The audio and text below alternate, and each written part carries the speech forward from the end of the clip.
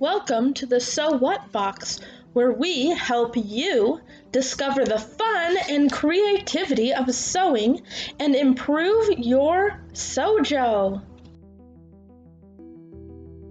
My name's Taylor, and today we are going to be able to make a fabric bunting. So first you're going to cut out these shapes. You can get the downloadable shape pattern by clicking the link below. Then once those are cut out, we are going to pin them onto the ribbon that came in your kit. Make sure that you get the ribbon pinned above that edge so that we have something to sew it onto. Go ahead and pin all of these on in the order that you would prefer them to be and however far apart that you like.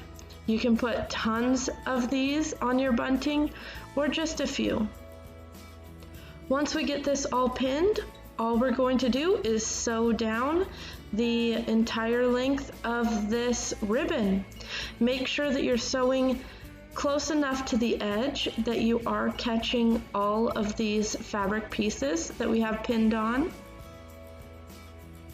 Once you're done with that, you can hang your bunting up wherever you would like.